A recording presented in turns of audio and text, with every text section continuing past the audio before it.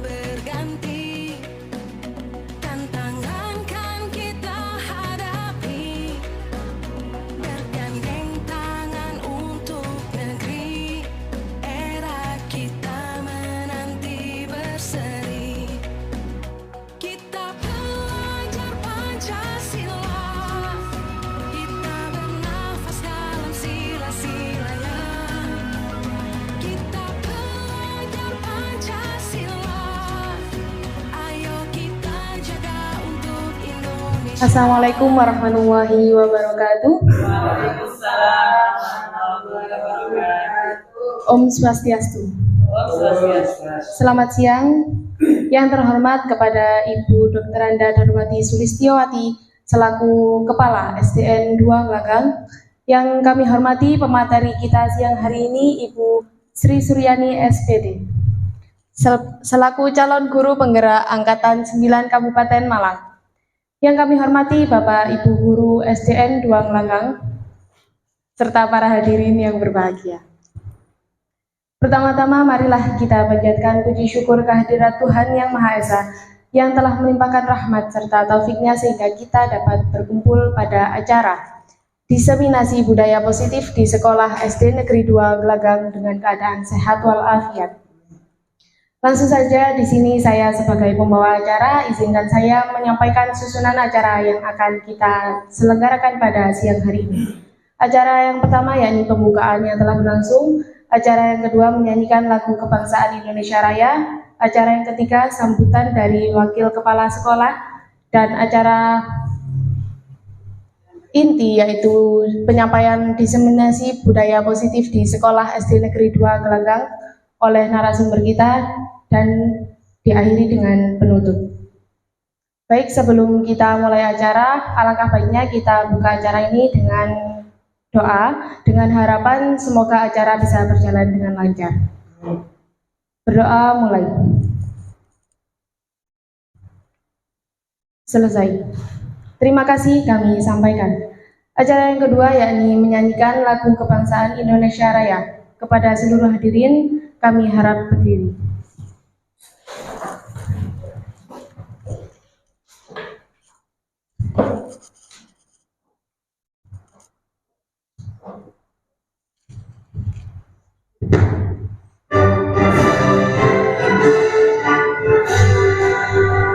Indonesia tanah airku, tanah tumpah darahku.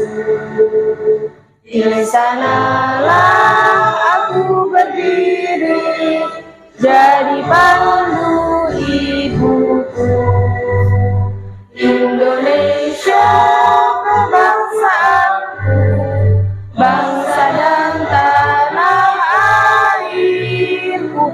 Marilah kita bersatu, Indonesia bersatu.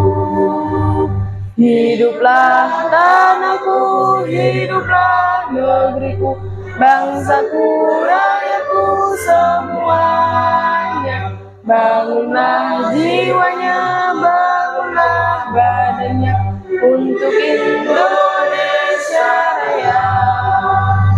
Indonesia Raya, merdeka, merdeka, tanahku, negeriku yang tercinta. Indonesia Raya, merdeka, merdeka, hiduplah Indonesia Raya. Indonesia Raya, merdeka, merdeka, tanahku, negeriku yang kucinta. Indonesia Raya, merdeka, merdeka, hiduplah Indonesia Raya. Hadirin dipersilakan duduk kembali. Menuju acara selanjutnya yakni sambutan yang akan disampaikan oleh Bapak Agung Budiono SPD selaku perwakilan Kepala SDN 2 Nglagang. Kepada beliau kami persilahkan.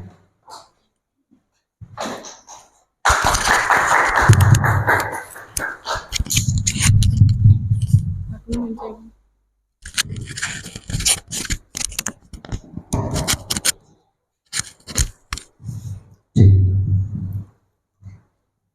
kasih. Assalamualaikum warahmatullahi wabarakatuh. Om Swastiastu. Selamat siang, salam sejahtera untuk kita semua. Yang saya hormati Ibu Sri Suryani SPD selaku calon guru penggerak angkatan 9 Kabupaten Malang. Yang kami hormati Bapak Ibu Dewan Guru SD Negeri 2 Gelanggang.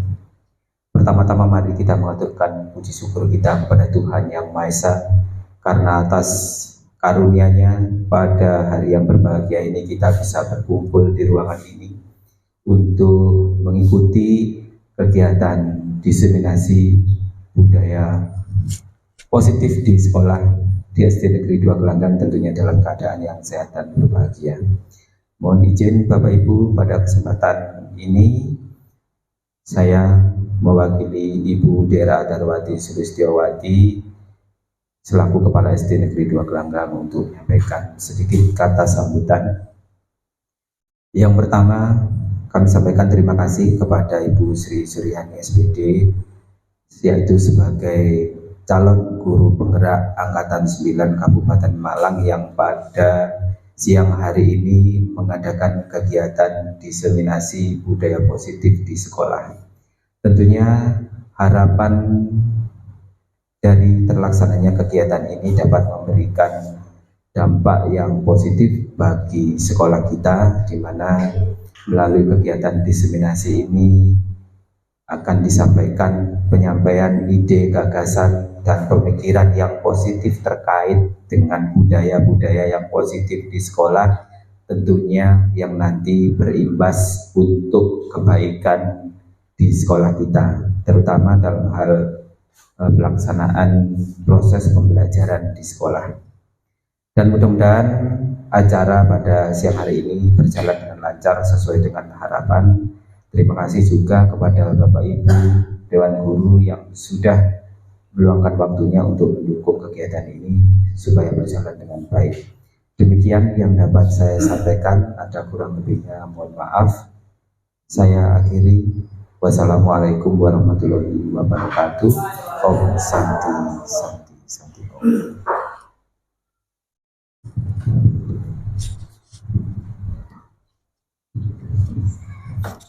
Terima kasih kami sampaikan. Tibalah kita pada inti acara, yaitu diseminasi budaya positif di sekolah SD Negeri 2 Gelanggang oleh Ibu Sri Suryani SPD, calon guru penggerak angkatan 9. Kepada beliau kami persilakan.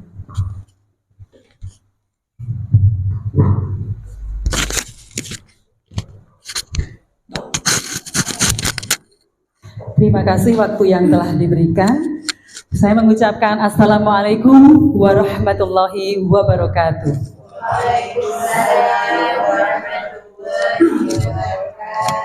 Om Swastiastu. Selamat siang, salam sejahtera untuk kita semua, salam dan bahagia. Ini merupakan salam dari yang biasa kita lihat ya di pendidikan guru penggerak. Baik, selamat siang, saya mengucapkan terima kasih karena pada kesempatan ini saya bisa berdiri di sini, mohon izin karena tugas saya salah satunya sebagai aksi nyata saya mengikuti pendidikan guru penggerak. Saya harus melakukan aksi nyata, dan aksi nyatanya itu salah satunya adalah melakukan diseminasi. Nah, Bapak Ibu, saya mengucapkan terima kasih meskipun tanpa kehadiran Ibu Kepala Sekolah yang pada saat ini masih sakit. Bapak Ibu guru semua masih berkenan hadir di tempat ini. Baik. Bapak Ibu, kalau melihat judulnya budaya positif. Oh, sebenarnya saya kenalkan dulu nggih. Ya, langsung ya.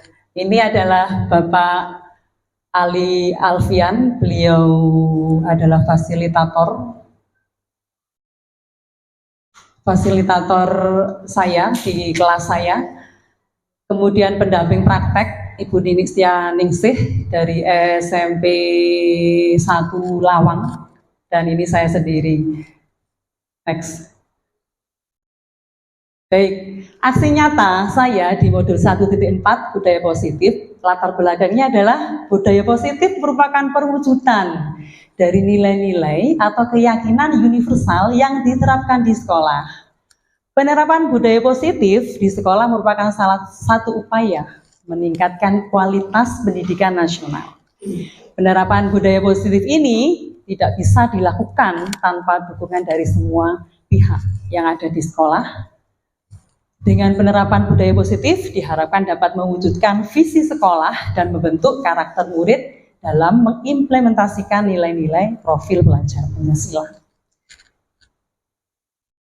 Lanjut, tujuannya adalah menumbuhkan budaya positif dengan kesepakatan kelas, mengembangkan nilai-nilai profil belajar Pancasila pada diri murid dalam kegiatan pembelajaran, kemudian melakukan kegiatan pembiasaan murid untuk mengimplementasikan nilai-nilai profil belajar Pancasila. Tolak ukurnya yaitu nanti murid dapat membuat kesepakatan kelas bersama guru kelas, kemudian dipasang di kelasnya masing-masing. Kemudian peserta dapat mengaplikasikan nilai-nilai profil belajar Pancasila secara sadar dan berkesinambungan dalam proses belajar. Murid terlibat aktif dalam kegiatan sekolah dengan secara sadar mengamalkan nilai-nilai profil belajar Pancasila. Lanjut. Nah, lini masi tindakan yang saya lakukan yaitu menyampaikan rencana budaya positif sekolah kepada kepala sekolah, sudah saya sampaikan beberapa waktu lalu. Kemudian yang kedua adalah diseminasi kepada seluruh warga sekolah, meliputi kepala sekolah, guru, murid, dan tenaga kependidikan. Terus mengajak guru untuk memfasilitasi peserta didik dalam membuat kesepakatan kelas. Nah, seperti yang saya lakukan tadi sudah mencoba membuat bagaimana keyakinan kelas, meskipun saya di kelas kecil, ya bagaimana kita bisa memfasilitasi anak-anak untuk bisa membuat kesepakatan atau keyakinan kelas di kelas. Lanjut. Nah, budaya positif, kalau kita mendengar budaya positif, apa yang terlintas di pemikiran penjenengan? Apa contohnya sudah budaya positif apa? Ayo. Kebijakan yang baik, contohnya apa? Oh ya, bagus, benar. Anak masuk dengan berjabat tangan, kemudian mengucapkan salam. Ya, lanjut. Jawaban dari Bapak Ibu tidak ada yang salah, benar semua. Konsep-konsep inti budaya positif, jadi nanti dalam waktu ke depan saya akan membahas hasil apa yang saya pelajari selama 2 minggu di modul 1.4, yaitu salah satu nomor satu adalah disiplin positif dan nilai-nilai kebajikan universal. Kemudian teori motivasi, hukum dan penghargaan, restitusi, keyakinan kelas, kebutuhan dasar manusia, restitusi 5 posisi kontrol, dan segitiga restitusi. Nah, ada pertanyaan pemantik Bapak Ibu. Ini setuju atau tidak setuju ya? Saya enggak tolong dijawab dengan dari lubuk hati yang paling dalam jenengan ya.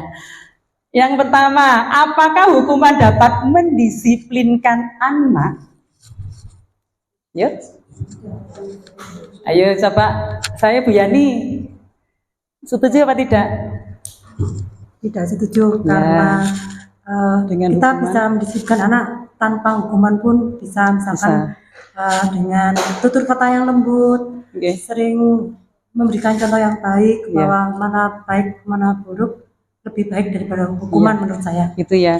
Terima kasih. Ternyata katanya menurut pendapat Bu Yani, kita tidak dalam mendisiplinkan anak tidak harus dengan hukuman. Ya, kita simpan dulu ya. Yang nomor 2, pemberian hukuman dengan hal positif seperti membaca atau membersihkan halaman sekolah, apakah dapat meningkatkan disiplin anak? Menurut jenengan gimana? Yuk Bu Vivian, monggo. Kalau ada anak yang salah dihukum dengan hal yang baik, kira-kira gimana? Kalau menurut saya, pemberian hukuman dengan hal yang positif bisa dilakukan, karena Karena dapat meningkatkan disiplin anak. meningkatkan disiplin anak. Oh, ngeten nggih. Boleh berarti nggih? Ya menurut Budian boleh. Yang ketiga, apakah memberi penghargaan dapat meningkatkan motivasi belajar anak? Kalau kita ada anak yang ranking, kita beri hadiah, penghargaan, piala. Apakah dapat meningkatkan motivasi? Kalau menurut jenengan gimana, Bu Fari? Saya setuju. Saya setuju nggih. Namun di sini kita perhatikan bahwa memberikan penghargaan tidak melulu soal mengeluarkan uang ya. Jadi memberikan pujian itu juga sebuah penghargaan. Iya. Ya, jadi wajib hukumnya memberikan penghargaan kepada anak yang sudah memperoleh prestasi. Terima kasih, tepuk tangan untuk kita semua. Kita simpan dulu, guys. Saya tidak akan menjawab, tapi nanti dalam pembahasan selanjutnya kita akan mengetahui sendiri. Next. Nah, pembahasan yang pertama, disiplin itu ya. Disiplin positif dan nilai-nilai kebajikan universal. Apa itu disiplin positif? Ya, yang jelas tadi adalah hal-hal yang baik ya, nilai-nilai kebaikan yang layak diterapkan di sekolah. Dan kalau nilai-nilai universal adalah nilai-nilai yang ada, nilai-nilai kebaikan yang bisa diterapkan.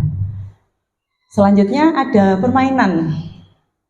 Nah, ini ya, kita sebelum membahas tentang perubahan paradigma, ya, perubahan kalau kita tahu perubahan apa sih, perubahan paradigma apa sih pada saat ini itu?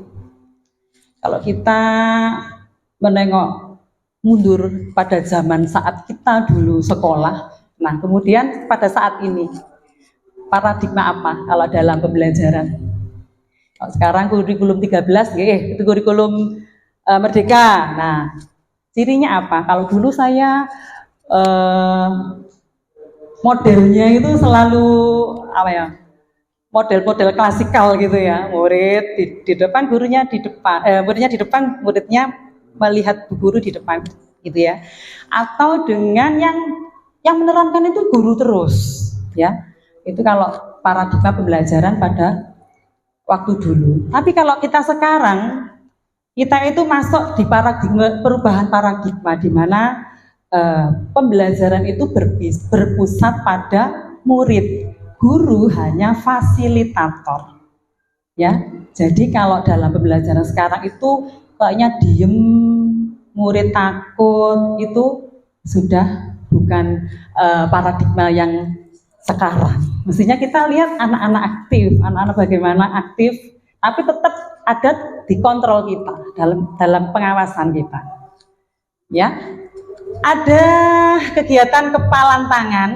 Kita bayangkan ya, ada A dan B. A itu Anda, A itu jenengan ya, dan B itu teman Anda, teman jenengan yang sebangku lah ya. Sobeklah secari kertas kecil. Kira-kira jenengan menyobek kertas kecil gitu. Kemudian tulislah benda atau sesuatu yang sangat berharga untuk Anda. Letakkan di salah satu tangan Anda dan genggam benda atau sesuatu tersebut dengan segala daya. Buatlah sebuah kepalan, yes. Nah, teman Anda yang B sebelahnya itu akan mencoba dengan sekuat tenaga, dengan berbagai cara untuk meminta Anda memberikan benda itu atau membuka, ya. Dengan membujuk, mengancam, menghardik, merayu, menyuap, apa saja agar dapat membuka kepalan tangan. Yuk coba saya membuat ini aja. Saya akan memberikan kertas. Ada yang mau ke depan? Oke. Coba ini kertas nggih, saya. Ayo Bu. Kertas ini jenengan genggam. Nanti ayo Pak, jenengan tulis dulu ya. Terus ayo Pak Majid maju ke depan. Oke.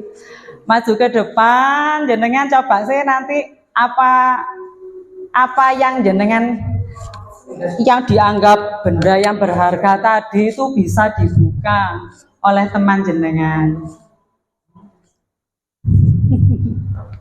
Ya wis. Ayo. Ayo Bu Fari minta tolong ke depan. Ayo Pak Majid, berikan saya Pak Majid dengan segala bujuk rayu apa di hardik atau di gimana membujuk mengancam. Ayo Pak Majid, mana Pak Majid dibuka. Nanti saya beri imbalan Pak Majid, gitu boleh. Ayo, ayo. Tidak boleh. Oh, itu ada syaratnya katanya. Syaratnya apa Pak ya? Jadi ngeten nggih, tepuk tangan. Sudah ini contoh sedikit. Jadi terima kasih Pak Majid Bu Fari. Jadi begini. Jadi Pak Majid mau membuka atau tidak itu terserah siapa. Terserah Pak Majid nggih. Meskipun Bu Fari bawa hadiah apapun, tapi kalau Pak Majid tidak mau ya tetap tidak mau. Kalau tetap Pak Majid berkenan ya tak buka nulis ya, itu ya. Jadi kontrol itu ada di dalam kita sendiri. Lanjut. Nah, pertanyaannya tadi, apakah Anda atau A atau teman Anda yang B tadi membuka kepalan tangan Anda? Mengapa? Apa alasannya? Ya belum tentu ya. Ya lihat-lihat, pokoknya dengan segala cara meskipun diiming-imingi, tapi kalau Pak Majidnya enggak mau kan juga enggak berkenan. Apakah Anda atau B menutup kepalan tangan Anda? Mengapa? Apa alasan Anda dan B tetap menutup kepalan tangan Anda? Biar tidak tahu ya. Yang ketiga, dalam kegiatan ini sesungguhnya siapa yang memegang kendali? Tadi sudah dibahas, yang memegang kendali adalah Pak Majid dari diri sendiri. Next. Nah, ya itu tadi kemungkinan jawabannya sudah dibahas. Lanjut. Nah, psikiater dan pendidik Dr. William Glasser dalam bukunya Kontrol Teori yang kemudian hari berkembang dan dinamakan dengan Choice Theory, meluruskan beberapa miskonsepsi tentang makna kontrol. Nah, ada ilusi guru mengontrol murid. Nah, kita kayaknya biasanya di guru itu kan seolah-olah kita yang berkuasa ya. Ya ayo, pokoknya harus berguru. Nah, seolah-olah kita itu paling kuasa. Ilusi kok, selama ilusi itu apa sih? Ilusi yang hayalan ya. Nah, kita itu sebenarnya hayalannya itu kita itu salah. Ilusi guru mengontrol murid itu hasil dari penelitian Dr. William Glasser. Pada dasarnya kita tidak dapat memaksa murid untuk berbuat sesuatu jikalau murid tersebut memilih untuk tidak melakukannya. Walaupun tampaknya guru sedang mengontrol perilaku murid, hal demikian terjadi karena murid sedang mengizinkan dirinya dikontrol. Mau seketika itu, habis itu dia lagi rame lagi karena belum tumbuh dari dirinya. Saat itu bentuk kontrol guru menjadi kebutuhan dasar yang dipilih murid. Teori kontrol menyatakan bahwa semua perilaku memiliki tujuan, bahkan terhadap perilaku yang tidak disukai. Selanjutnya hasil penelitian Dr. William Glasser adalah ilusi bahwa semua penguatan positif efektif dan bermanfaat. Jadi katanya Dr. William Glasser itu penguatan positif efektif itu dapat bermanfaat. Nah, penguatan positif atau bujukan adalah bentuk-bentuk kontrol. Segala sesuatu untuk mempengaruhi murid akan mengulangi suatu perilaku tertentu. Ada suatu usaha untuk mengontrol murid tersebut dalam jangka waktu tertentu. Kemungkinan murid tersebut akan menyadarinya dan mencoba untuk menolak bujukan, atau bisa jadi murid tersebut menjadi tergantung pada pendapat sang guru untuk berusaha. Selanjutnya, ilusi bahwa kritik dan membuat orang merasa bersalah dapat menguatkan karakter. Penggunaan kritik dan rasa bersalah untuk mengontrol murid menuju pada identitas gagal. Kan kadang kita kalau sudah menghadapi murid yang wangel dikandani gitu, gini kan, aduh ayo kamu nggak seakan bu guru, nanti bu guru dimarahi kepala sekolah loh. Itu mungkin itu adalah itu sebenarnya adalah identitas gagal. Nanti di selanjutnya nanti saya jelaskan. Mereka belajar untuk merasa buruk tentang dirinya. Jadi kan kalau murid begitu kan merasa, aku malah kok salah gitu ya. Membuat orang merasa bersalah itu juga termasuk identitas. Lanjut. Ilusi bahwa orang dewasa memiliki hak untuk memaksa, iya. Nah, kita itu merasa kalau aku orang dewasa, aku kalau anak-anak ya kecil, padahal anak-anak itu tidak seperti itu. Anak-anak itu masih mempunyai yaitu kontrol pada diri sendiri meskipun. Lanjut. Nah, perubahan paradigma stimulus respon, kalau dulu stimulus respon ya ada teorinya ya. Sekarang itu berubah menjadi teori kontrol atau teori pilihan. Nah, kalau stimulus respon mencoba mengubah agar pandangan sama dengan kita. Ayo kudu podo, kudu sama dengan apa yang kita pikirkan. Ternyata tidak bisa. Teori kontrol menyebutkan kita berusaha memahami pandangan orang lain tentang dunia. Kita sendiri. Stimulus respon. Aku buruk dilihat sebagai suatu kesalahan. Semua yang teori kontrolnya semua perilaku memiliki tujuan. Ini perbandingannya ya antara stimulus respon dan teori kontrol. Kok gak kelihatan ya? Yang lain bisa, orang lain bisa mengontrol saya. Itu stimulus respon. Kalau teori kontrol hanya saya yang bisa mengontrol saya sendiri. Ya. Kemudian apa itu? Kok gak kelihatan? Keterpaksaan ada pada saat bujukan gagal. Kalau yang teori kontrol, kolaborasi dan konsensus menciptakan pilihan-pilihan baru. Kemudian yang terakhir model berpikir menang kalah. Yang teori kontrolnya model berpikir menang-menang.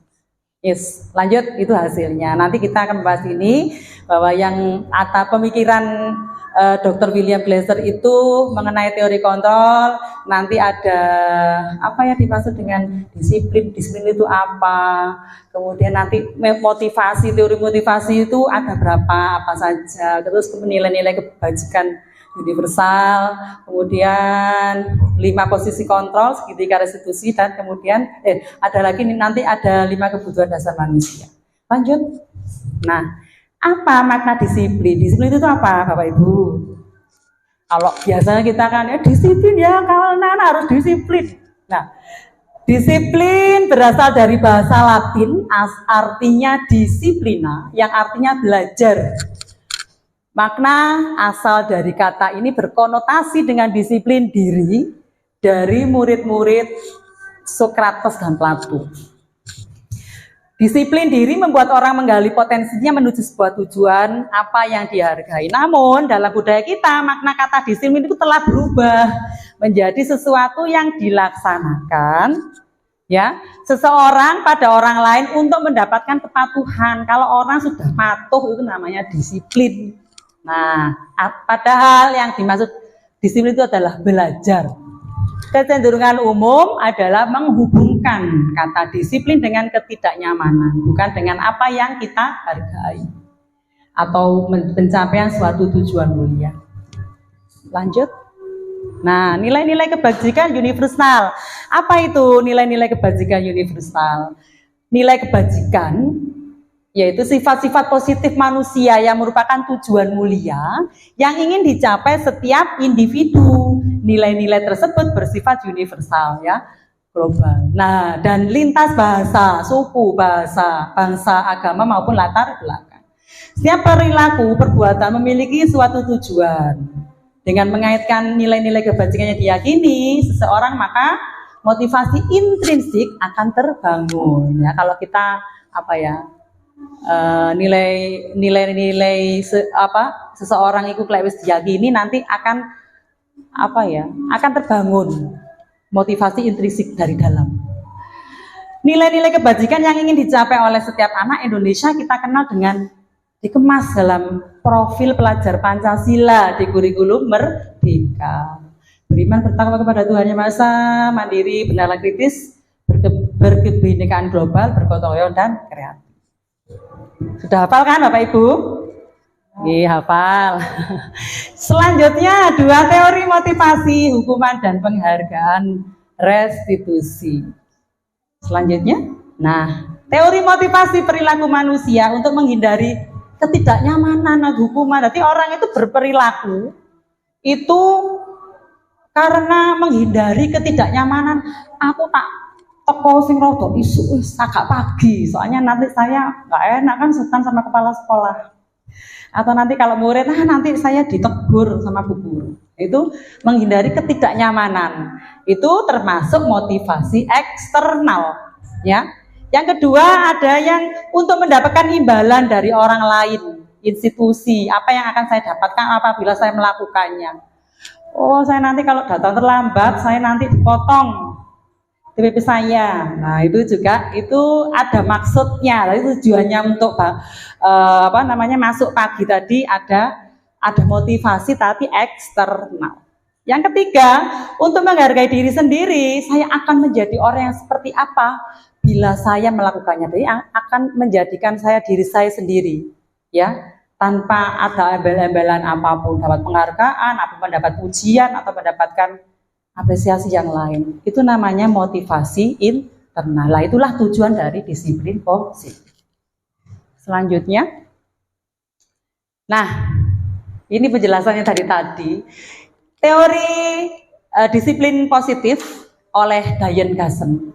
Dalam bukunya Restructuring School Discipline menyatakan ada 3 motivasi perilaku manusia yang tadi ya, untuk menghindari ketidaknyamanan atau hukuman, yang kedua untuk mendapatkan imbalan atau menghargai orang lain, atau untuk menjadi orang yang mereka inginkan.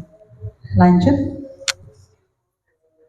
Masih azan ya, tapi jauh ya, nggak apa-apa ya. Kita lanjut ya. Merdeka. Kalau menurut Ki Hajar Dewantara, merdeka itu artinya tidak hanya terlepas dari perintah, akan tapi juga cakap membuat kita untuk memerintah sendiri. Jadi kita merdeka itu, kalau kita merdeka itu kita bebas, kita terlepas dari perintah. Tapi menurut Ki Hajar Dewantara, cakap buat memerintah diri sendiri. Lanjut. Dihukum oleh penghargaan. Nah, dihukum oleh penghargaan. Ternyata memberi penghargaan itu adalah kita itu menghukum. Oke, menurut teorinya, pengaruh jangka pendek dan jangka panjang. Ada penghargaan menghukum, penghargaan mengurangi ketepatan, penghargaan tidak efektif. Penghargaan itu akan merusak hubungan. Ternyata kalau kita memberi penghargaan itu ternyata efeknya seperti ini. Ada pengaruh jangka pendek, ada pengaruh jangka panjang. Kita memang mungkin sesaat. Nah, nanti kalau kita siswa itu tidak kita beri penghargaan, dia akan kendor lagi. Gitu.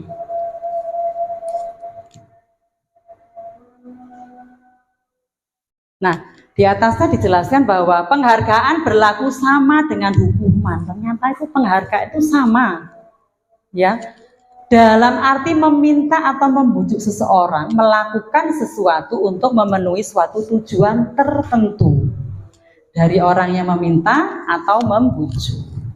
Dorongannya eksternal dan akan ada faktor ketergantungan. Nah, lanjut. Nah, dihukum oleh penghargaan. Nah, penghargaan menurunkan kualitas. Ini kelanjutan tadi ya. Jadi dengan penghargaan nanti kualitas kita itu akan menurun. Kalau lama-lama itu dibiarkan seperti akan menurun. Penghargaan mematikan kreativitas. Kalau di awal kalau jangka pendek enggak sih ya. Kalau jangka panjangnya itu nanti akan kita enggak kalau kita penghargaan terus, terus akan menurunkan kreativitas. Penghargaan mengurangi motivasi intrinsik. Lanjut. Nah, bentuk program kebajikan apresiasi. Nah, dalam memberikan apresiasi boleh sebenarnya kita memberikan apresiasi, pengakuan. Perlu diingat ada beberapa hal. Beri pengakuan secara khusus, ya. Beri pengakuan secara pribadi. Kalau boleh kita enggak secara umum gitu ya. Atau memberi pengakuan kepada semua murid. Kalau kita di kelas, contohnya, aduh anak ini pinter sekali ya, ini itu ternyata tidak diperkenankan seperti itu. Tapi kalau kita memberi penghargaan semua anak, kita atau bergantian. Kemarin saya memberi apresiasi si A, besok ini gantian. Jadi anak itu diperlakukan sama. Boleh memberi pengakuan secara khusus atau pribadi. Lanjut. Contoh pengakuan apresiasi kebajikan. Nah, kalau ada kata pembukanya dengan kalimat gini, kemarin saya merhatikan kamu, tulisanmu bagus loh, nah itu. Atau dengan, saya menghargai loh pendapat kamu, saya menghargai usaha kamu untuk mendapatkan nilai yang baik. Atau, terima kasih ya. Nah, itu termasuk pengakuan, ya. Kita memberi pengakuan. Kalau nilai kebajikannya, rasa empatimu besar sekali, kepedulianmu, rasa tanggung jawabmu. Nah, ini yang di sebelah kanan ini situasinya pada saat menolong murid, ya mungkin yaitu sebenarnya ini di tengah ya.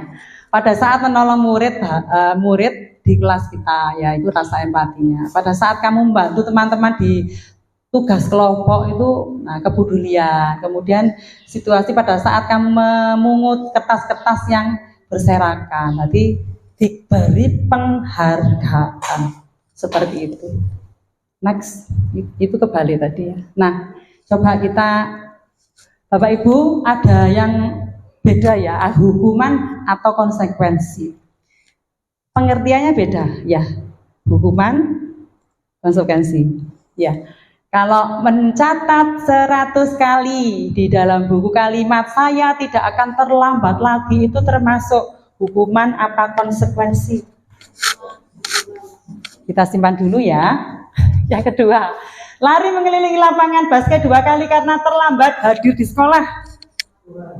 Ya, disimpan dulu. Murid diminta untuk push up 15 kali karena tidak menggunakan masker ke sekolah. Menggantikan kertas tugas teman yang telah dicoret-coret. Membersihkan tumpahan air di meja tulis karena tersenggol. Murid disuruh untuk mengenakan sepatu seharian di sekolah karena tidak mengenakan sepatu hitam. Lari mengelilingi lapangan basket 2 kali karena terlambat 10 menit untuk mempelajari PJOK hukuman. Coba kita cari tahu jawabannya. Next. Nah, ternyata yang pertama itu hukuman, yang kedua hukuman, yang ketiga hukuman, yang mengganti itu konsekuensi, dan yang terakhir itu ya, mengerti ya? Jenengan hati sudah bisa membedakan antara hukuman dan konsekuensi. Lanjut. Ini ya. Perbedaan hukuman dan konsekuensi. Hukuman sesuatu yang menyakitkan. Harus terjadi, membuat anak sakit fisik maupun hati untuk jangka yang lama. Jadi kalau Bapak Ibu atau saya sendiri memberi hukuman kepada anak itu, anak akan jangget Bu. Tentunya kita pernah sekolah, kalau zaman dulu kan kita dimarahi gurunya biasa ya, disuruh apa ingat gitu ya. Sampai sebesar ini pun ingat.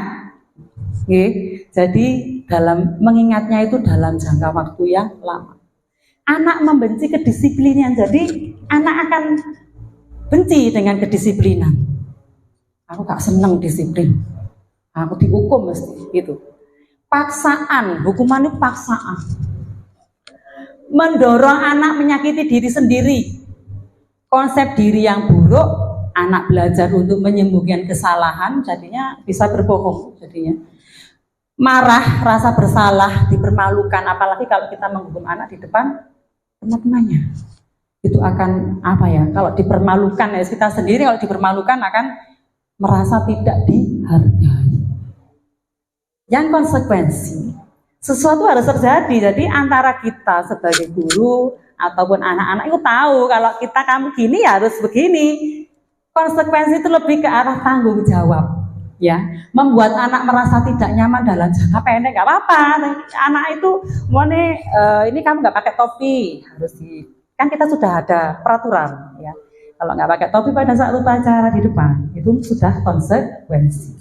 Bukan sebelumnya anak-anak tidak tahu kalau tidak memakai topi disuruh ke depan, tapi anak-anak sudah tahu kalau tidak memakai topi harus di depan. Nah, anak menghargai disiplin, kalau begitu anak kan menghargai disiplin. Mendorong anak agar mudah menyesuaikan diri, konsep diri yang baik, anak belajar untuk mematuhi peraturan, kehilangan hak, dibuat tidak nyaman, diasingkan untuk sementara, hanya sementara. Oke, lanjut. Nah, apa itu restitusi? Saya juga baru mendengar restitusi itu setelah mempelajari modul 1.4 restitusi.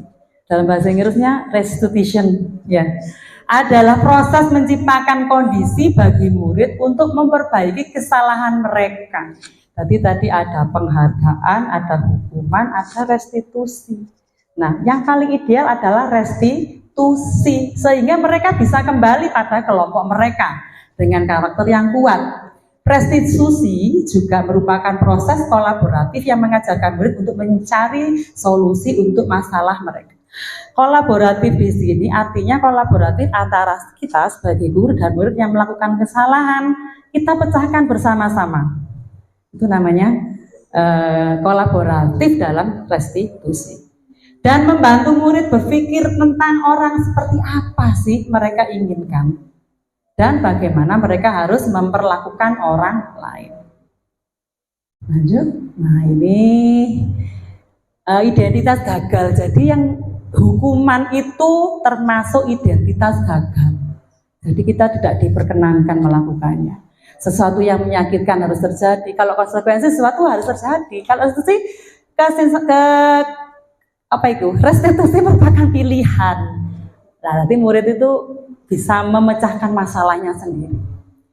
Tidak nyaman untuk murid atau anak untuk jangka waktu panjang. Kalau yang konsekuensi tidak nyaman untuk murid atau anak untuk jangka pendek. Kalau yang restitusi menguatkan untuk murid atau anak dalam jangka waktu panjang. Jadi konsekuensi dan restitusi itu termasuk identitas sukses kalau kita menjalankannya. Nah, murid anak tersakiti, kalau konsekuensi murid atau anak dibuat tidak nyaman, restitusi murid atau anak mendapat penguatan. Hukuman perilaku pasif agresif meningkat, kalau konsekuensi penguatan hanya bertahan dalam jangka waktu pendek. Kalau restitusi masalahnya terpecahkan. Ini bisa Bapak Ibu baca nggih, itu yang negatif. Jadi yang konsekuensi itu bisa di tengah-tengah, nggih, netral. Kalau positif, nah itu restitusi itu hal yang positif dan sebaiknya idealnya kita lakukan. Lanjut. 9 ciri restitusi bukan untuk menebus kesalahan, namun untuk belajar dari kesalahan, memperbaiki hubungan, tawaran, bukan paksaan. Restitusi menuntun untuk melihat ke dalam diri. Restitusi mencari kebutuhan dasar yang mendasari tindakan.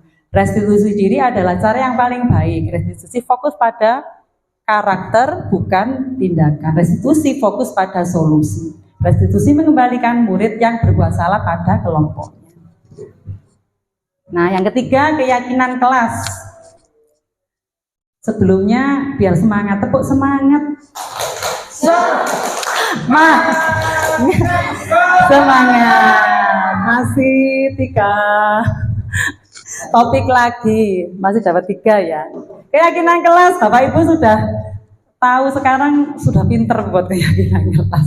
Dari lihat TikTok ya kemarin. Sebenarnya keyakinan kelas itu seperti apa? Keyakinan kelas itu apa, Pak? Bapak Ibu, nilai-nilai ya, nilai-nilai kebaikan. Ya, ya. Siapa sebenarnya yang buat itu siapa? Anak-anak, jadi anak-anak kemudian jadi kesepakatan atau keyakinan kelas. Lanjut. Nah, mengapa tidak peraturan? Kok disebutnya keyakinan, kok peraturan? Kalau yang peraturan itu yang buat guru sekolah, ya.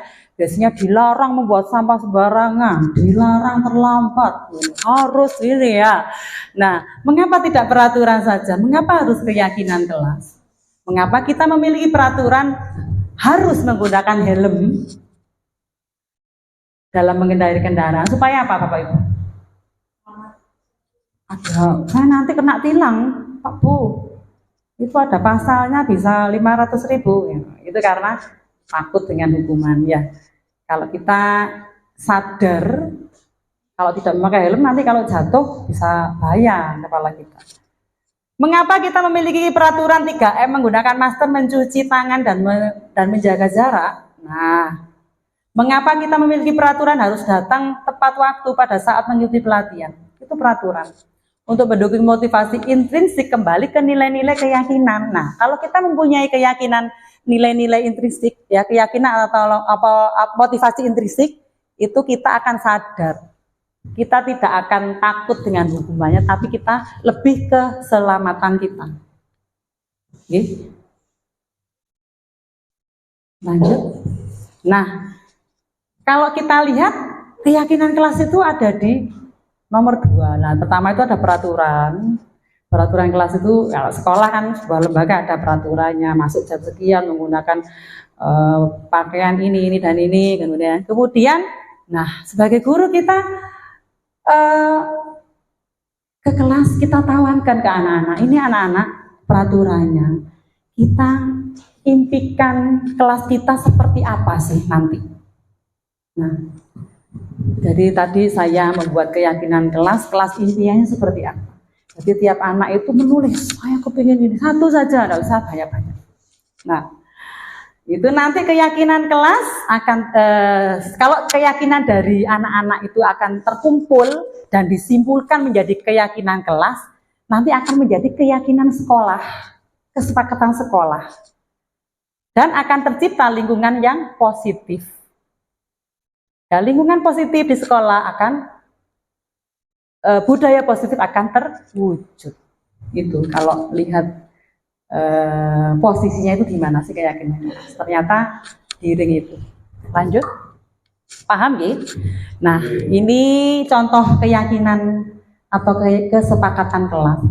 Bapak Ibu boleh menyebut kesepakatan atau keyakinan.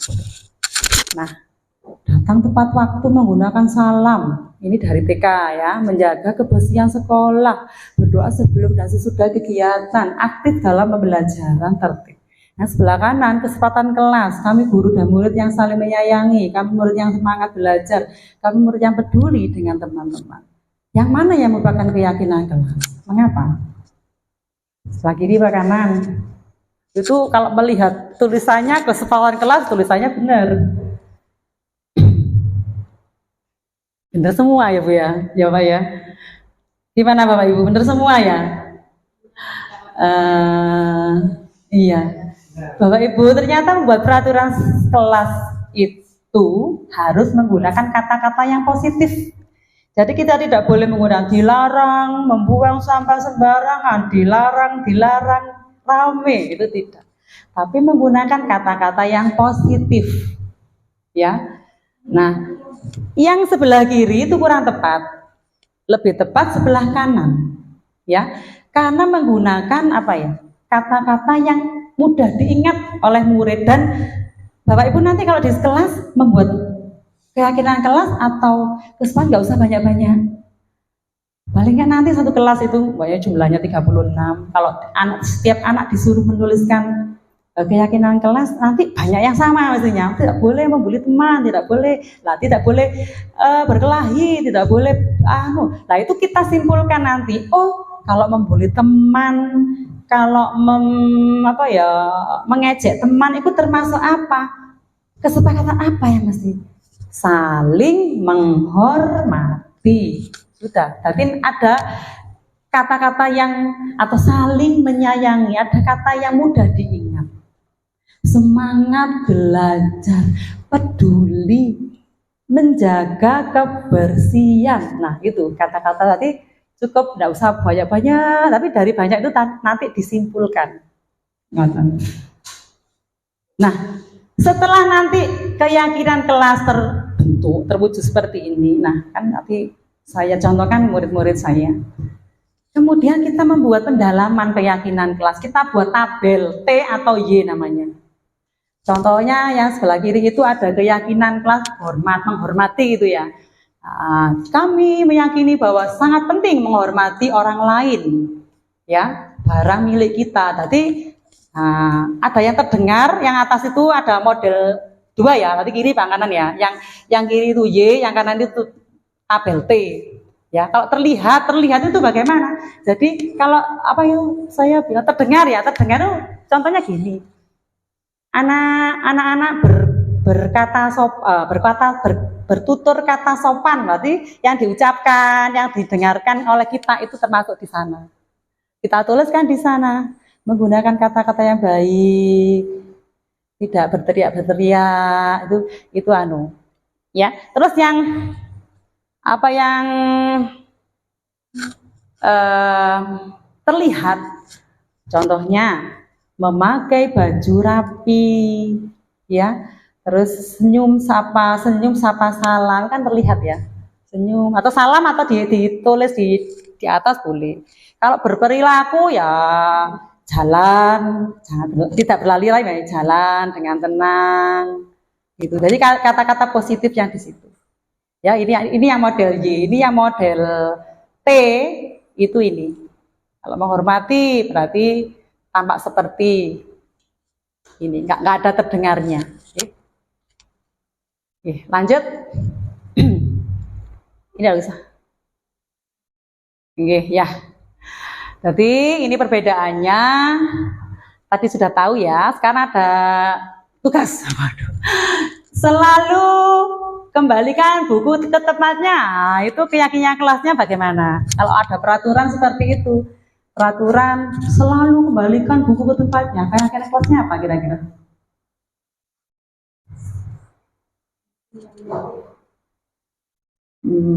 Dilarang mengganggu orang lain. Berarti dilarang mengganggu itu apa?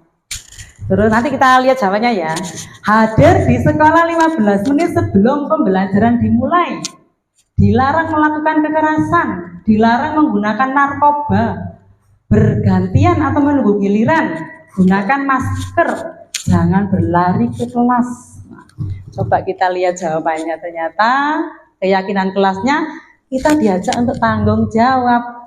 Yang pertama, selalu mengembalikan buku. Itu intinya adalah tanggung jawab. Dilarang mengganggu orang, nanti menghormati. Oke. Kemudian dilarang menggunakan narkoba itu maksudnya ya, mari kita jaga kesehatan. Intinya kesehatan. Jadi ada poin-poin yang mudah diingat di situ. Itu bedanya peraturan dengan keyakinan kelas. Lanjut. Nah, sekarang kita lanjut ke pembahasan yang keempat, yaitu kebutuhan dasar manusia. Kalau kita tahu kebutuhan manusia kita, yang kita tahu selama ini sandang, pangan, papan gitu ya. Primer, sekunder, tersier gitu ya. Coba sih kita lihat kalau menurut teorinya Dr. William Glasser dalam Choice of Theory. Nah, ternyata ada 5. Bertahan hidup itu kita sebut ya pokoknya fisik ya, apa namanya? Kebutuhan kita, makanan dan minuman itu termasuk kebutuhan bertahan hidup. Kasih sayang dan rasa diterima, penguasaan, kebebasan, kesenangan. Makanya kalau kita melihat ada anak-anak kita kok berperilaku tidak sesuai dengan harapan kita, ternyata ada kebutuhan dasar mereka yang tidak terpenuhi. Ini kok selalu mengambil makanan temannya, ternyata dia kebutuhan akan bertahan hidupnya kurang, ini enggak sarapan, sakunya sedikit, bisa jadi anaknya berperilaku yang tidak sesuai. Kemudian kasih sayang dan rasa diterima. Aku kulo di kelas itu enggak pernah kayak guru kulo kok gak memperhatikan saya. Dia juga akan berperilaku yang tidak sesuai. Penguasaan, setiap anak kita harus sadar ya bahwa kita manusia itu ternyata kita butuh ini penguasaan. Juga kesenangan, kebebasan, kesenangan ya. Saya tidak suka diajari bu guru ini, pacet aja lah ngajari cuma menggunakan model seperti itu, media seperti itu, saya bosan. Kita apalagi di zaman di era kurikulum merdeka itu harus ada yang namanya pembelajaran diferensiasi ya. Kita harus paham bahwa anak-anak kita itu berbeda berasal dari keluarga yang berbeda. Karakternya anak-anak itu tidak sama, kesenangannya, minatnya tidak sama. Ada yang belajarnya itu lebih suka ke auditori, senang kalau diceritani gini, senang. Ada yang lebih ke vision ya, vision itu melihat, menonton, diajak menonton. Ada yang lebih ke kinestetik, ada yang senang yang olahraga, menirukan gerak, itu senang. Nah sebagai guru kita gimana? Apa kita harus gantian gitu? Enggak, kita harus seimbang gaya kita dengan gaya belajar anak-anak yang berbeda-beda itu kita harus berbuat adil lah. Kita harus menggunakan pembelajaran yang sesuai dengan kebutuhan anak-anak. Jadi jelas nggih, kebutuhan dasar manusia apabila kita ada 5, kalau memang kurang terpenuhi salah satunya mesti akan berperilaku tidak sesuai yang kita harapkan. Lanjut. Ada kasus Ibu Ambar, guru wali kelas 2 di SD Pelita Hati, sedang bingung menghadapi ulah salah satu murid di kelasnya, Doni. Beberapa anak di kelas 2 telah datang padanya dan mengeluhkan Doni seringkali meminta bekal makan siang mereka dengan paksa. Jika Anda menghadapi situasi seperti ini, ya, Ibu Ambar, apa yang Anda lakukan? Menurut Anda kira-kira apa alasan Doni melakukan? Ya, sesuai dengan kebutuhan tadi ya, kebutuhan dasar manusia. Doni itu kurang kebutuhan apa Bapak Ibu?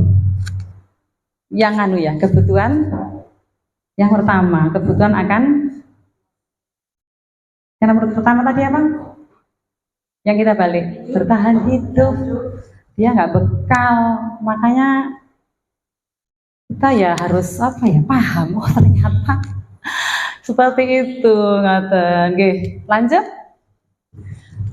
Restitusi 5 kontrol. Nah, tadi ada hukuman, ada penghargaan, ada hukuman, ada konsekuensi, nggih. Terus ada restitusi yang ketiga. Lah, restitusi itu ternyata dibagi menjadi ada posisi 5 kontrol, 5 posisi kontrol menurut Dr. William Glasser. Nah, mari kita simak videonya.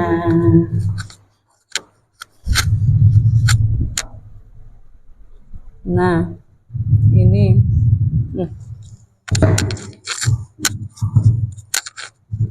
sambil saya istirahat.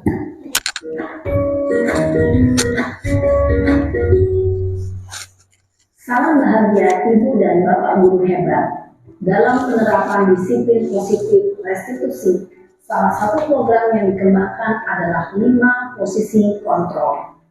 5 posisi kontrol dalam restitusi adalah proses perjalanan seorang pendidik agar dapat mengenali dirinya. Pada video kali ini, kita akan membahas tentang 5 posisi kontrol yang dikembangkan oleh Diane Dawson dan contoh penerapannya.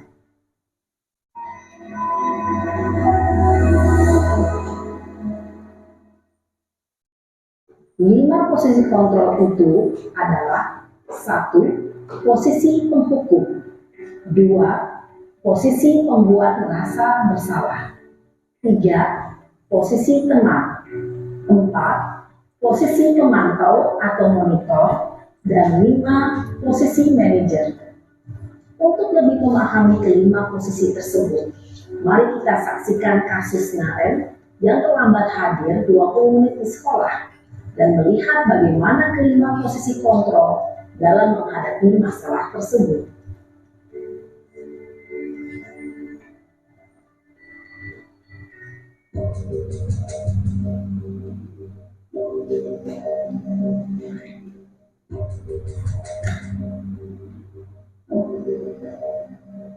Naren! Sini kamu! Selamat pagi, Bu. Selalu terlambat. Kamu deh, pasti terlambat. Maaf, Bu. Saya... Apa? Apa coba? Alasan kamu apa lagi? Kapan sih kamu tidak terlambat? Malas sekali ya kamu jadi anak. Saya... Dasar pemalas. Gak kapok-kapok sih kamu. Sudah berapa kali terlambat? Sana, kamu keliling lapangan basket 2 kali. Kenapa saya harus keliling lapangan basket, Bu? Kenapa? Kamu melawan ibu. Berani-beraninya jawab. Sudah terlambat, masih berani jawab pula. Sekarang, keliling lapangan basket 5 kali sekalian. Biar kapok. Cepat. Pergi sana ke lapangan basket. Posisi penghukum biasanya berbicara dengan nada tinggi, menghardik, menunjuk-nunjuk, menyakiti, dan menyindir.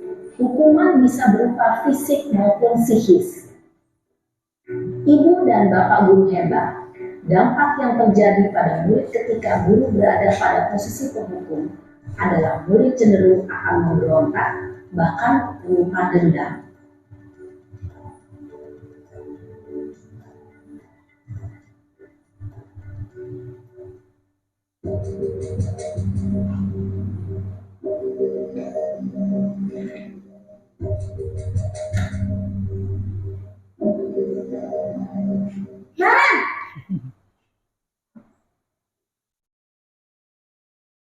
Selamat pagi, Bu.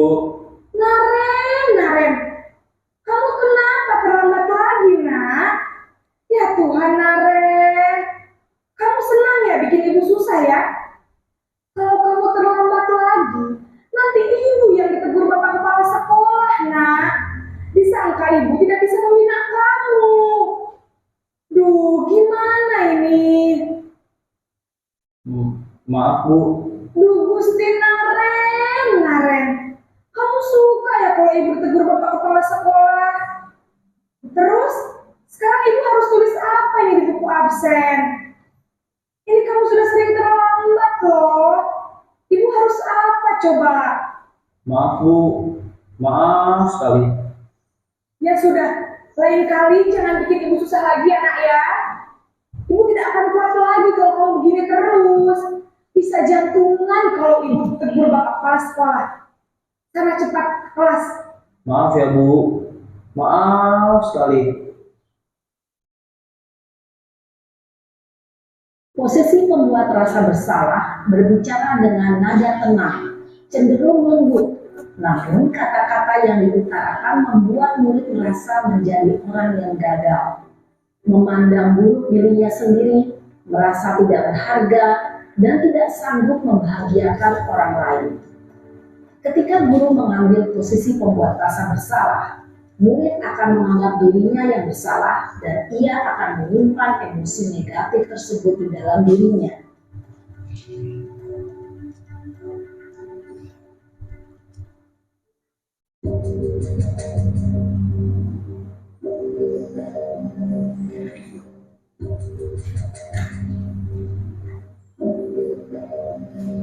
Naren!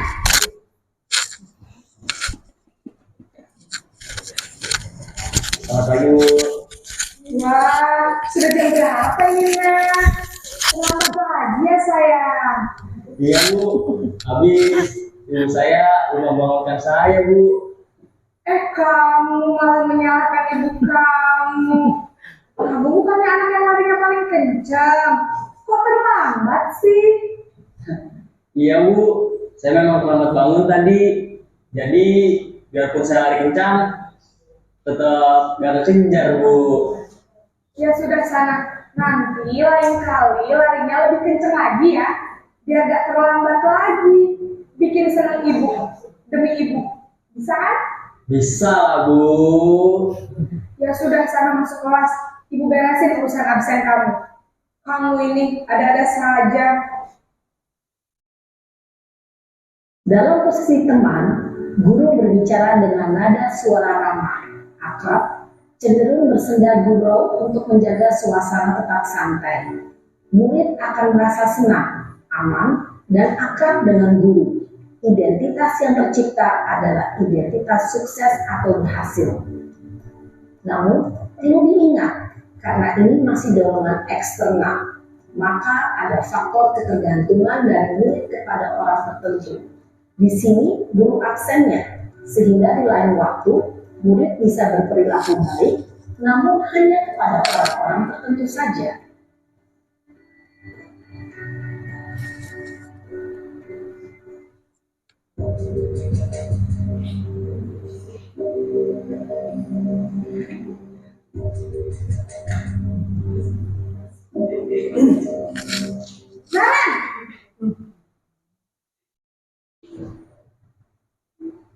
Selamat pagi, Bu. Naren, apa peraturan sekolah kita tentang jam berapa kita harus masuk sekolah, nak? Kita harus di sekolah jam 7, Bu. Iya betul, sekarang sudah jam 7.20. Naren sudah tahu konsekuensinya jika terlambat hadir. Paham, Bu. Saya harus tinggal kelas pas jam istirahat selama 20 menit. Ya benar, konsekuensinya demikian. Jadi nanti jam 9.30 pas istirahat, kamu harus tinggal di kelas, kerjakan tugas tambahan untuk ketertinggalan kamu, ya. Baik, Bu. Posisi pemantau mengandalkan penghitungan atau data untuk mengontrol murid. Guru mengarahkan murid berdasarkan peraturan dan konsekuensi. Seorang pemantau menunjukkan bahasa tubuh dan ekspresi wajah yang datar dan cenderung formal.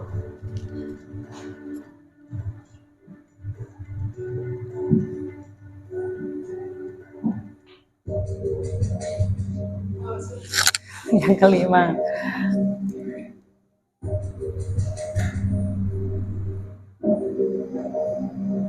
Naren!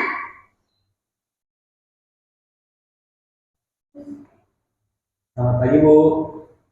Selamat pagi, Naren. Maaf, Bu. Saya terlambat.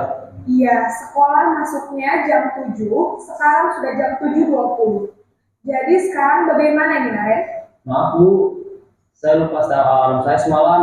Baiklah, menurut kamu, keyakinan sekolah yang mana yang perlu kamu tingkatkan? Menghargai diri sendiri dan orang lain mungkin ya, Bu. Setuju. Jadi, apakah Naren meyakini prinsip saling menghormati tersebut? Iya, Bu. Saya meyakininya. Apakah Naren bersedia memperbaiki masalah keterlambatan ini? Bersedia, Bu. Bagaimana kamu akan memperbaiki masalah keterlambatan ini? Saya akan coba untuk tidak lupa menyetel alarm saya, Bu. Baik, kalau Naren lupa menyetel alarm di rumah, ada orang yang kira-kira bisa bantu mengingatkan tidak? Ada, Bu. Kakak saya, Kak Emma. Ada lagi selain Kak Emma? Selain Kak Emma, ada ibu saya. Baik, jadi yang mengingatkan Naren adalah Kak Emma dan ibu kamu ya?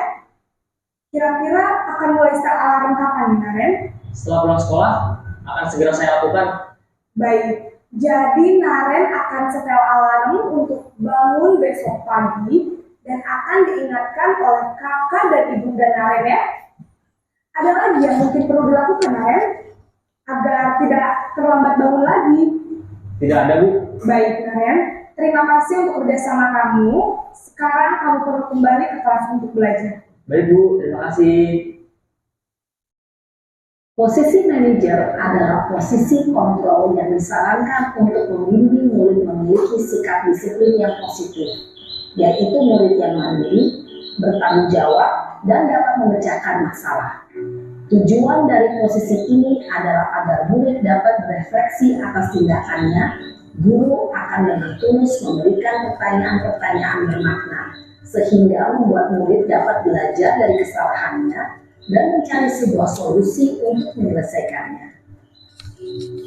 Ibu dan bapak guru hebat, setelah mengamati adegan kelima posisi kontrol tadi, kira-kira posisi mana yang paling ideal?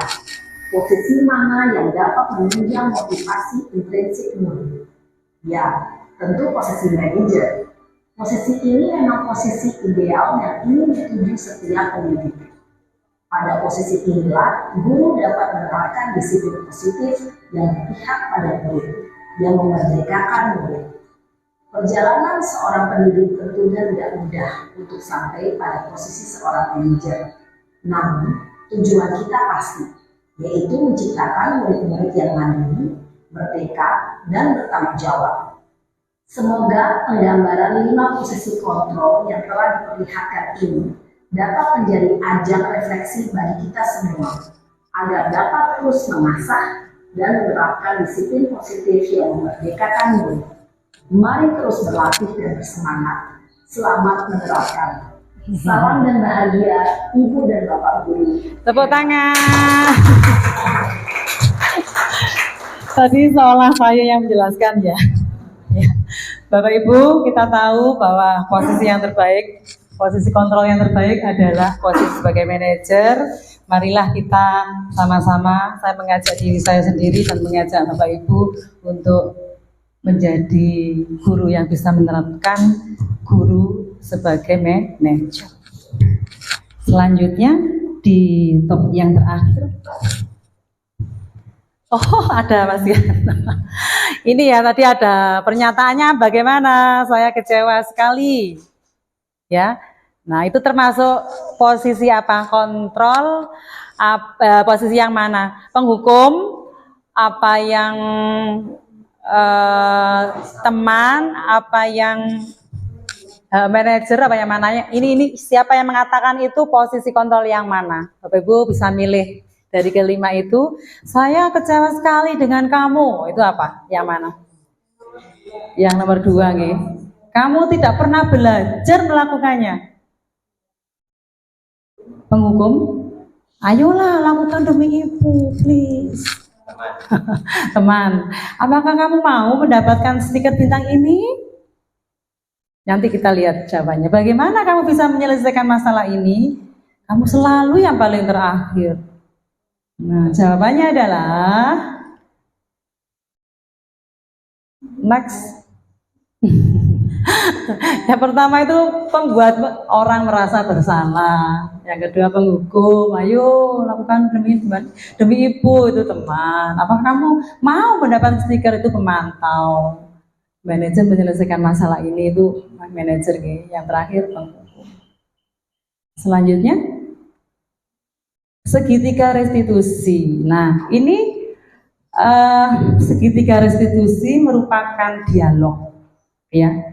Dialog antara bisa guru dengan murid atau orang tua dengan anak. Jadi kalau jenengan sebagai orang tua bisa melakukan ini, bisa menerapkan ini. Segitiga restitusi itu yang pertama menstabilkan identitas. Ya, jadi kita seolah-olah itu membela anaknya. Kenapa kamu kok terlambat? Saya kesiangan, Bu. Oh, ya, kesiangan ya. Iya, saya juga pernah kok guru melakukan itu. Ya, seolah-olah kita itu apa ya? Murid itu yang dilakukan murid itu normal. Kita juga pernah gitu. Yang kedua, memvalidasi kesalahan. Nah, kamu tentu punya alasan mengapa sih kamu kok terlambat. Ya, dicari alasannya. Adakah cara yang lain lebih efektif untuk mendapatkan apa yang kamu butuhkan? Dia murid itu akan cerita. Yang ketiga, menanyakan keyakinan. Nah, di kelas kan ada keyakinan. Kalau kamu sudah melakukan ini, kira-kira keyakinan kelas mana yang kamu langgar?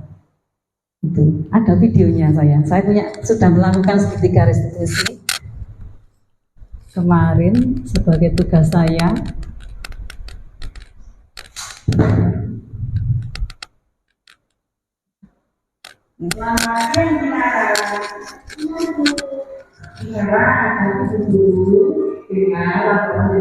Menstabilkan identitas.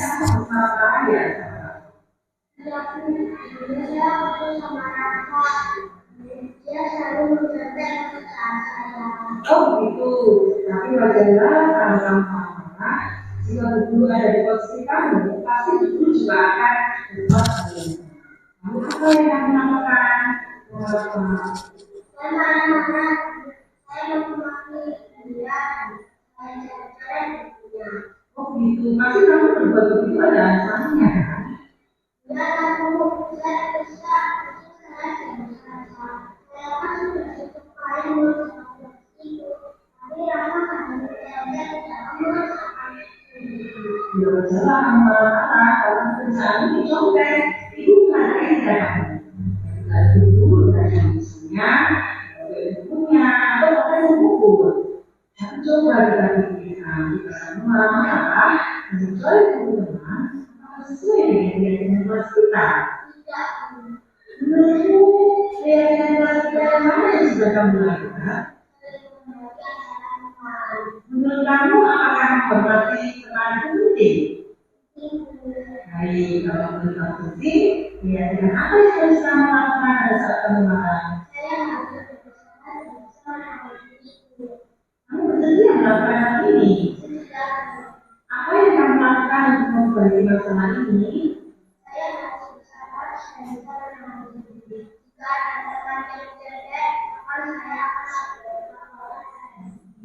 Baik, benar sekali tidak kamu.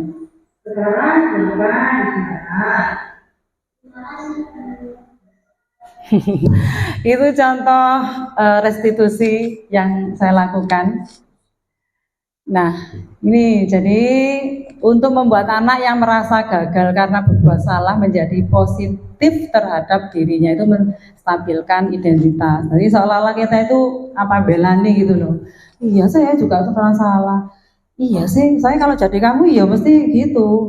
Iya sih, saya ya nggak salah sih kamu memukul dia loh.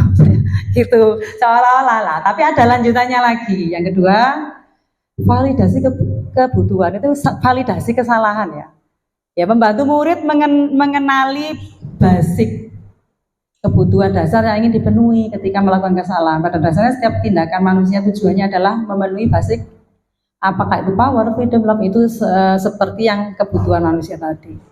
Itu adalah contoh-contohnya. Guru berkata, kamu bisa saja melakukan hal yang lebih buruk loh ya. Ada anak berantem, ya untung ya kamu cuma memukul ya. Kalau kamu bawa pisau gimana? Kita seolah-olah itu apa ya, belani dia gitu loh ya. Nah, iya, memfasilitasi kesalahan. Kamu pasti punya alasan. Kamu pasti punya alasan kan melakukan hal itu. Jadi kita ajak dialog anak-anak. Apa yang penting bagi kamu? Itu penting ya kamu lakukan. Kita tanya, apa kamu boleh tetap berusaha menjaga sikap itu, tapi tambahkan sikap yang lain. Maukah kamu belajar cara lain untuk mendapatkan yang kamu butuhkan tanpa harus memukul? Apakah kamu bisa melakukan dengan lebih baik besok lagi? Nah, itu contoh-contoh kalimat validasi kesalahan. Yang terakhir, menanyakan keyakinan.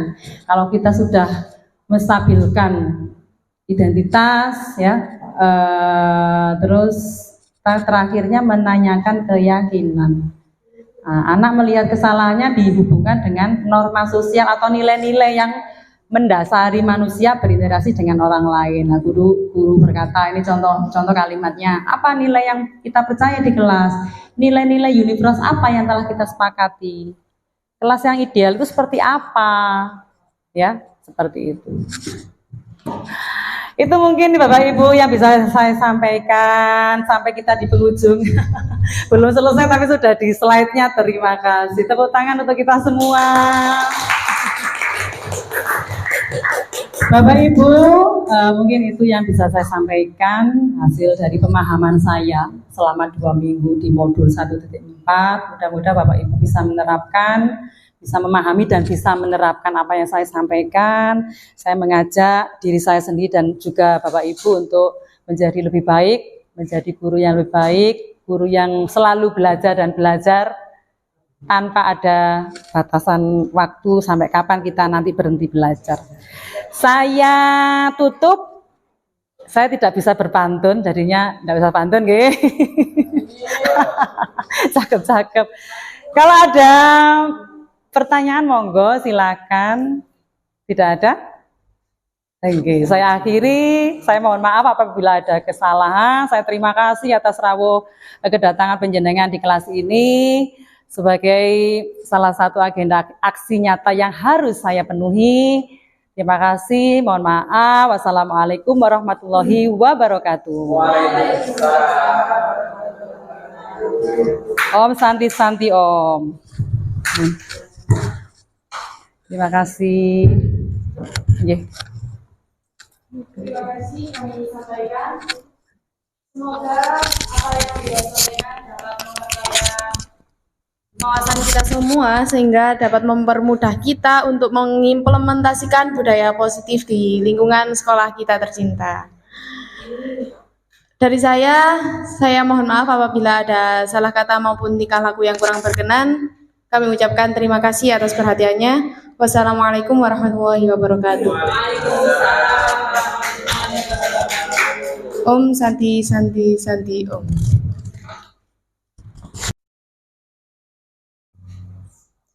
Assalamualaikum warahmatullahi wabarakatuh. Saya Yani Purwanti SPD, guru kelas 5 SD Negeri 2 Gelanggang. Hari ini saya telah mengikuti diseminasi budaya positif yang disampaikan oleh Ibu Sri Suryani SPD. Saya merasa sangat senang karena mendapatkan pengetahuan yang baru bagaimana mewujudkan budaya positif di sekolah. Saya mendapatkan ilmu baru dari konsep-konsep inti budaya positif yang telah dipaparkan beliau tadi. Saya mengetahui tentang posisi kontrol yang ideal bagi seorang guru dan bagaimana menyelesaikan permasalahan siswa dengan menggunakan segitiga restitusi. Terima kasih, sekian. Wassalamualaikum warahmatullahi wabarakatuh. Keyakinan kelas yang sudah kalian tulis akan dari masing-masing ya akan menjadi keyakinan kelas. Ya, jadi keyakinan kelas